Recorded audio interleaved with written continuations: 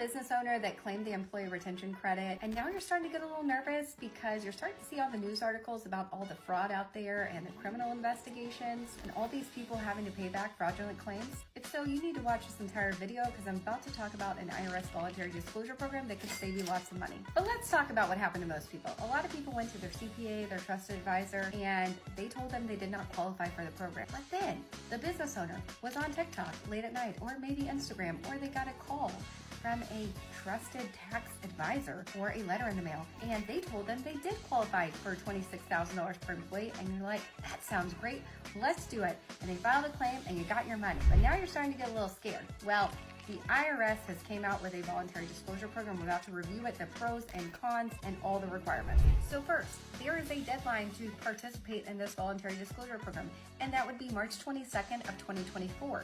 In order to do this program, you have to file for this program by that deadline. Next, who can take advantage of this program? Well, you can't already be under criminal investigation or been notified of a criminal investigation. You can't already be in a civil exam for the period in which you're applying for the voluntary disclosure program. You can't have received a notice from the IRS asking you to pay part or all of the claim back. And lastly, the IRS cannot have any information directly or indirectly regarding your non-compliance. Now, why would the IRS do such a thing? Well, there are many reasons. The IRS has received so many fraudulent claims they can't possibly go after everybody. So by allowing some incentive for people to self-certify themselves as not qualifying, that could save the government a lot of money and help them recover a lot of fraudulent claims. Now, taxpayers won't normally just do this out of the goodness of their heart, so there has to be some incentive for the taxpayer. So we're going to cover what some of those incentives are. So the biggest benefit here to the taxpayer is that the IRS is not going to require 100% of the credit to be paid back. They are only going to require 80%, even if the IRS paid interest on that claim. Now, if you can't pay the full 80% back at the time of the closing of the agreement, they will allow you to provide a 433B, which is a financial statement to determine a payment plan. However, that payment plan can come with interest and penalties and will cost more. Now, why is the IRS saying 80% and not making people pay back 100%? Well, that is because many of these taxpayers were scammed by these promoters and these nationwide credit mills, and we were charging large contingency fees ranging from 15 to 30%. So the IRS is trying to help the taxpayer because a lot of taxpayers were scammed out of the fee for preparing these fraudulent claims. So this is a big win for taxpayers and having this reduction and participating in this program. Now, the IRS is also interested not only in recovering a lot of their losses, but also in obtaining information. So one of the things I wanted to point out in this notice, to qualify for this program, the employer must provide the IRS with names, addresses, telephone numbers of any advisors or tax preparers who advised or assisted with their claim and details about the service provided.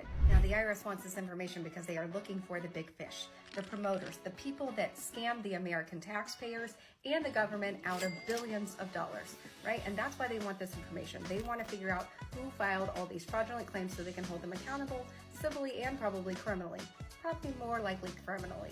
So they do need that information, and that is another reason for doing this voluntary disclosure program, because a lot of these fraudulent claims were filed by ghost preparers, meaning the preparer didn't necessarily put their information on the return when they were submitted to the IRS. Now, you can file for this program by filing Form 15434, and if you use a third-party payroll service, you will have to apply through that third-party payroll service. I know this was a long video, but what I am saying is, if you did this and you are now unsure, there is a very limited time to participate in this voluntary disclosure program, and by participating in this program, it could save you a lot of risk, a lot of heartache, a lot of money, and a lot of time and effort. So what you should do is you should hire a licensed tax attorney. That could be me, that could be somebody else, but right now I'm not your lawyer, okay? But you should hire a licensed tax attorney to review your claim. If you and your attorney determine that your claim is not legitimate, then you should discuss a voluntary disclosure program and considering applying to this voluntary disclosure program. Now, there are pros and cons of doing the program, not doing the program. And obviously, if you don't do the program, you run the risk of getting audited and then having to pay 100% back, plus interest and penalties, and a lot harsher consequence, right? But again, I'm not your lawyer. If you want me to be your lawyer, all you gotta do is click the link in my bio, schedule a meeting with Alyssa one-on-one, and I'm happy to review your claim to discuss whether or not we should participate in this voluntary disclosure program. But again, it's a limited time opportunity to participate in this government program regarding the ERC voluntary disclosure.